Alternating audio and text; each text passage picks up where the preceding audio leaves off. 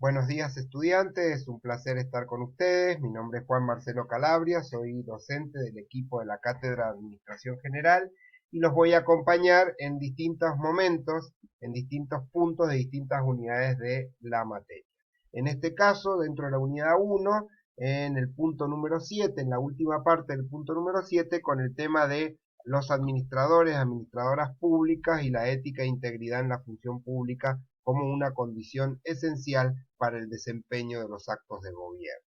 Dentro de ese punto vamos a empezar como un marco de referencia teórica con la pirámide democrática que ustedes han visto en otras materias, seguramente van a volver a ver, y que nos habla de las condiciones esenciales para que se desarrolle un sistema democrático pleno. Esto es a partir de un gobierno abierto y responsable, hoy una filosofía que ha crecido, la filosofía política administrativa del gobierno abierto y el Estado abierto, que vamos a ver en distintos momentos de la materia y que van a ver seguramente a lo largo de la carrera, y una filosofía en la que nosotros hemos trabajado, investigado y hemos hecho algunos aportes bibliográficos y a la que adherimos, por supuesto. Ustedes saben también, todo sistema democrático sano se sustenta en elecciones libres y limpias, en el pleno ejercicio de los derechos civiles y políticos por parte de las ciudadanas y ciudadanos, es decir, de toda la ciudadanía, y en una sociedad democrática que se oriente justamente hacia cada una de estas variables que nosotros estamos destacando en la famosa pirámide democrática de Bentham y Boyle. A partir de esa pirámide democrática desarrollamos el marco de referencia del Estado abierto y el gobierno abierto como un proceso necesario en esta nueva filosofía político-administrativa de una nueva forma de gestionar el Estado a partir de ciudadanos demandantes y formados en las nuevas herramientas, en las nuevas opciones, en los nuevos pilares, en los nuevos principios orientados a la ciudadanía que ofrece la filosofía del Estado abierto, en servidores públicos comprometidos y convencidos con esta nueva filosofía de gestionar el Estado y por supuesto en funcionarios políticos y en la alta gerencia pública que aporte la voluntad política para llevar adelante esta nueva filosofía político-administrativa del Estado abierto. Dentro de los pilares del Estado abierto se destacan cuatro fundamentales que son la transparencia y el acceso a la información pública, la rendición de cuentas, que es un concepto que vamos a abordar a finales de la materia en la unidad 6 cuando veamos la etapa de control dentro de las cuatro etapas centrales del proceso administrativo. Cuando vean la etapa de control aplicado a la administración pública vamos a hablar de este tema de la rendición de cuentas. La participación ciudadana, fundamental, otro de los pilares centrales de la nueva filosofía política administrativa del Estado abierto, y la colaboración, innovación pública y ciudadana. Estos pilares a su vez se desagregan en múltiples principios. Nosotros hemos citado algunos solamente que menciona la Carta Iberoamericana de Gobierno Abierto, que fue proclamada por el CLAD, el Centro Latinoamericano de Administración para el Desarrollo, en el 2016, y dentro de los principios, de los muchos principios que hemos tomado, está el principio de apertura, el principio de legitimidad democrática, el principio de ética pública e integridad, que es al cual nos vamos a abocar en esta clase, el principio de responsabilidad pública y corresponsabilidad ciudadana y el principio de innovación pública. Decíamos entonces que dentro de los pilares, fundamentalmente los dos primeros, de transparencia y acceso a la información y de rendición de cuentas que promueve esta nueva filosofía político-administrativa del Estado abierto, nos vamos a centrar en esta clase entonces por el punto que estamos viendo de la unidad 1 en el principio de ética e integridad pública. Ustedes saben que en estos momentos todos los países del mundo viven una situación difícil dada por la situación de la pandemia, esta situación de salubridad, pero esta situación que hoy quizás está acaparando toda la atención del Estado y de la administración pública y de la sociedad en general, no quita una gran preocupación que venía existiendo y que existe en el mundo, que es el avance de la corrupción, sobre todo en los ámbitos estatales, y que algunos autores han denominado como la más dañina enfermedad política de nuestra era. Siguiendo algunos estudios, podríamos tomar estudios de distintos organismos internacionales, uno de ellos de Transparencia Internacional, un organismo de bastante prestigio internacional, que hace todos los años un estudio del índice de la corrupción, cómo afecta a los distintos países. Vemos que el crecimiento del índice de la corrupción en casi todos los países del mundo se ha vuelto muy preocupante Y la corrupción, como dice su titular, socava la democracia y genera un círculo vicioso que provoca el deterioro de las instituciones democráticas y por ende de las instituciones públicas y que progresivamente van perdiendo su capacidad de controlar el avance de la corrupción en el Estado. Estos índices que Transparencia Internacional publica año a año en base a una serie de encuestas y estudios con mucha rigurosidad técnica, y académica, muestran este avance preocupante, como decíamos. Ustedes ven en este mapa que nos muestra Transparencia Internacional en su informe anual, y para el año 2019 el avance en los países que están coloreados con colores más oscuros es un avance preocupante de lo que significa esta dañina enfermedad política de nuestra era, como denominan, como decíamos algunos autores, a la corrupción. En la Carta Iberoamericana de Ética e Integridad en la Función Pública, que es uno de los recursos bibliográficos que hemos utilizado para preparar este punto, que ustedes lo van a tener, por supuesto, acá hago un paréntesis para abordar este punto en la materia. Ustedes pueden, con esta clase y con la información que nosotros les brindamos, creemos que van a tener suficiente para abordarlo, pero para quienes quieran profundizar, van a tener una serie de recursos bibliográficos que les vamos a presentar al final, para quienes quieran abordar este tema o les interese y puedan profundizarlo y estudiar más al respecto. La Carta Iberoamericana de Ética e Integridad en la Función Pública del CLAD, que mencionábamos recién, muestra la preocupación por la corrupción y sus dañinos efectos para el desarrollo y la convivencia en todos los países del mundo. Hay numerosos documentos, investigaciones, estudios internacionales, algunos referentes que nosotros les vamos a presentar acá, y que muestran cómo se ha considerado y cómo se está considerando, como decíamos, a la corrupción como una de las enfermedades políticas más dañinas para nuestra era. Hay muchos países pobres con gobiernos frágiles que se han convertido en una fuente constante de tensiones y se ha generado una barrera permanente para lograr el desarrollo en su economía y el bienestar en su población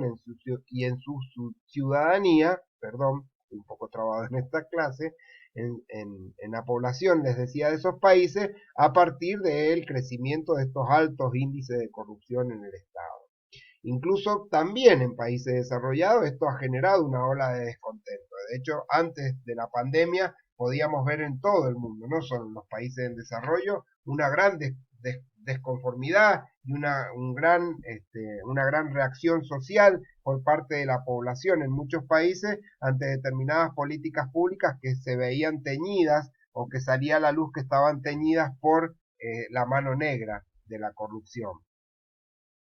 Y también hay que decirlo, lo aseguran algunos autores, también lo afirma la Carta Iberoamericana de Ética e Integridad en la Función Pública, a la cual estamos haciendo referencia, que existe una cierta sensación de fracaso generalizado en el mundo en el combate de este gravísimo problema, no solo ya político, sino también social, porque las sociedades también se ven atravesadas por la corrupción. Todo este encadenamiento de escándalos que ha provocado en distintos niveles de distintos países del mundo estas tensiones ha generado una elevada